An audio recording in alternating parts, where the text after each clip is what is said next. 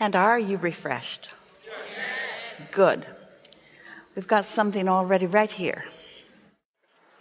I'm a happy t-shirt wearer. Nice text, don't you think? That's something very good to say. Yeah, it is, no doubt. Tuned in, tapped in, turned on. Yeah. That's who you are. I heard someone say that before. I don't know who it is. Okay. Many times. Okay. You were talking about a little earlier about our tendency of helping a guy or a woman bleeding on the streets. But the tendency of not have the same urge to help a person that was behaving badly.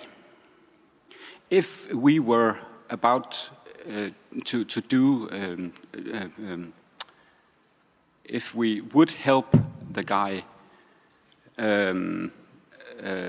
that were behaving badly, how would we go about to do that? Well, when someone is behaving badly, like picking a fight, most human response is to fight back. So if you made that comparison exact, then if someone's on the street bleeding, you just poke another hole in them. You see what we're getting at? But you don't really want to poke another hole in them. You usually want to help patch them up. But when someone is spewing their negativity, often your response is to call them out on it or to condemn them. It's like the manifestation. If it manifests, sometimes it elicits your help. But wouldn't it be nice if you could help maintain the emotional balance earlier? In other words, if someone is hating, and they're all over the airwaves with their hate. They're hating as much as they can. They're presenting it as many ways as they can. They're making it as loud as they can and spreading as far as they can. What we're suggesting is that you might love them anyway. Because if you don't, if you hate them back, you're picking a fight with yourself.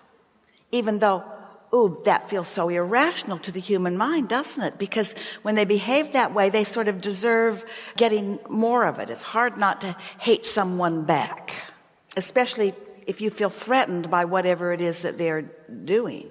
Tell us what you're thinking. It's a good conversation. I was thinking that their momentum may be very strong, because they have been thinking those negative thoughts a long time. A long time, yeah.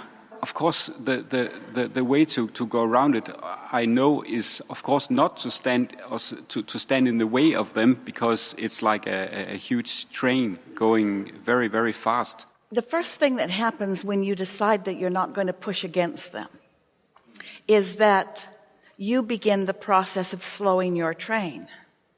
And then as you slow that train and actually find ways to focus on other things so that you just aren't there, that's not the vibrational vicinity of you. You're not on that resentful or revengeful, hateful, fearful part on the emotional scale. Instead, you are feeling satisfied and eager and love and appreciation. And so you're not mutual to them. So the first thing that happens is you don't rendezvous with them. You don't meet the belligerent ones. In fact, you don't even find them in the other places. You're zigging while they're zagging, because the law of attraction doesn't put you together. And that's really your only way of knowing what your point of attraction is. And so the reason that we've offered that analogy for so many years is because you want to be helpful. It is your true nature, unless someone feels like that they're after you in some way.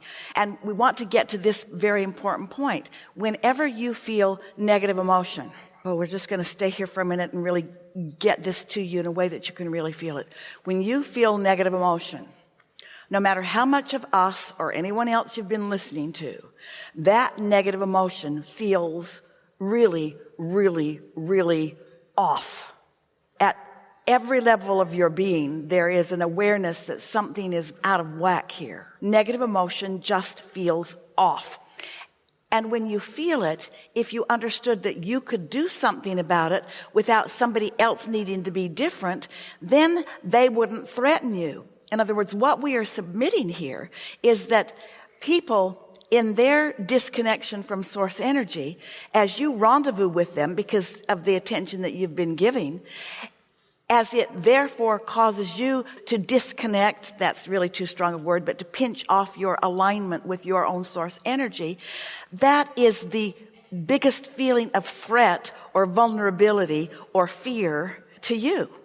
But you're misunderstanding what the emotion is. It isn't about them, it's about your relationship with your inner being.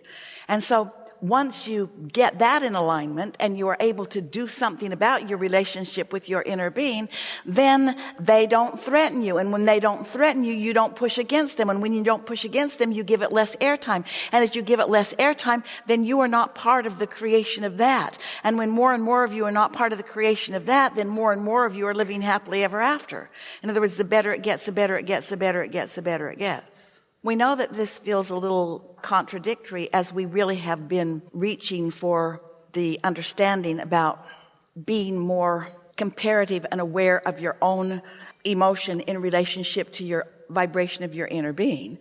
And it sounds like we're asking you to not try to fix the world because it isn't broken and not need the world to be fixed in order to feel better.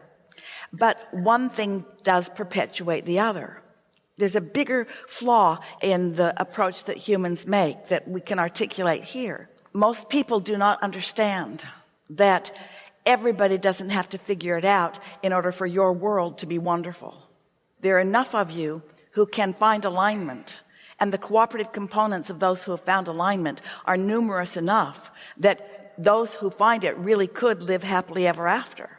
But of course, the more who are feeling it, the better it is. We know that you want those around you to feel good, but your feeling good can't be dependent on what they do because you can't change their trending, not easily. You know that for yourself. How much time have you spent with us and others doing your best to change your mood, to change your point of attraction, to change your trending? In other words, it takes some practice because you've been practicing it without knowing that you're practicing it.